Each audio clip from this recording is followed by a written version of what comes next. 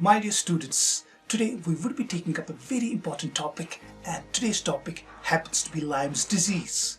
As far as Lyme's disease is concerned, you have to remember that it is a disease which is common in United States, but over here in India we get a lot of questions in our exams, be it postgraduate exams, be it DM medicine exams, be it DM infectious disease exams.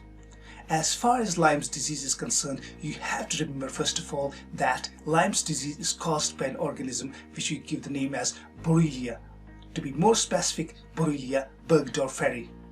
And as far as the microbiological characteristics of this organism are concerned, it happens to be a microaerophilic spirochete. Though there are other species of Borrelia such as Borrelia garini and Borrelia afzeli, but you have to remember the predominant organism causing Lyme's disease is Borrelia burgdorferi. In addition, you have to remember that this disease is more common, as mentioned earlier, in the United States. Now, Ixod's tick is a very important tick which helps in transmission of this disease. Now, what is this disease about? The first important fact is that this disease can have multiple stages, stage 1, stage 2, stage 3. Now, as far as the stage 1 disease is concerned, we give it typically the name as far as the cutaneous manifestations are concerned. The tick bite causes erythema migrans. Erythema migrans is a term specifically associated with Lyme's disease. You have to remember this because there are other forms of erythema, erythema nodosum, erythema ab acne. It should not be. This erythema migrans is a term which should not be confused with other erythemas. Erythema migrans happens to be specific for Lyme's disease. After the tick bite, an incubation period which can vary from 3 to 30 days, there is a redness at the tick bite site. So at the site where there is the bite, we can have a bit of erythema which can just progress on to red macule, which can expand into annular lesions. There will be those annular lesions around the tick bite with outer border and central clearing. Central clearing is a very important form of erythema migrans. Now there can be secondary changes later on at the site of this erythema, like induration, necrosis, vesicle formations, that is subsequent, but typically erythema migrans at the tick site, bite site. This is a stage 1 disease. But sometimes this infection can grossly disseminate, and the important organs to which it can get disseminated, the most important one among them would be the nervous system. But before the nervous system, there can be specific things like fever, myalgias, chills, rigors, and arthalgias. As far as the nervous system manifestations are concerned, there can be meningitis, encephalitis, neuritis, mononeuritis, as well as cranial neuritis, to be more specific.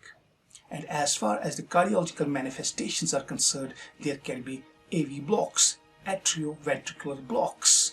This disseminated infection is classified as stage 2 disease, wherein the general musculoskeletal system may be involved, wherein the brain may be involved, wherein the meninges of the brain may be involved, wherein the heart may be involved.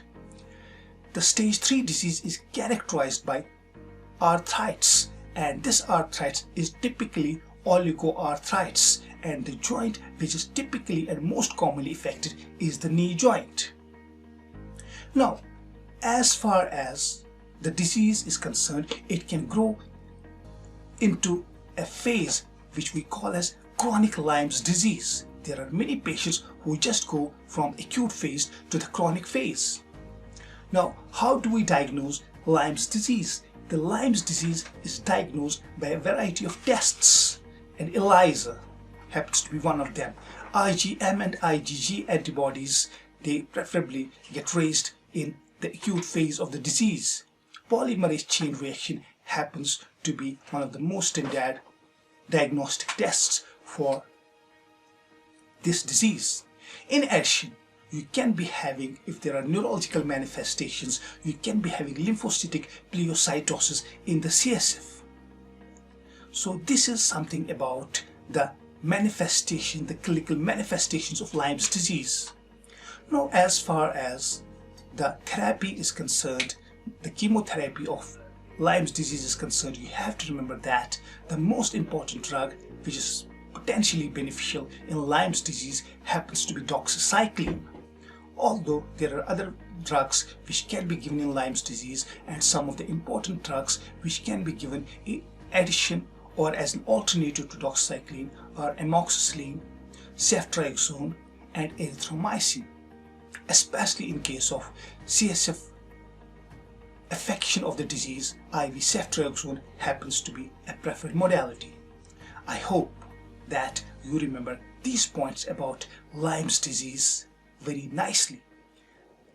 These are the questions and high-yield points about Lyme's disease. I hope that you revise this topic of mine with great concentration and expect some questions from Lyme's disease. Thanks a lot.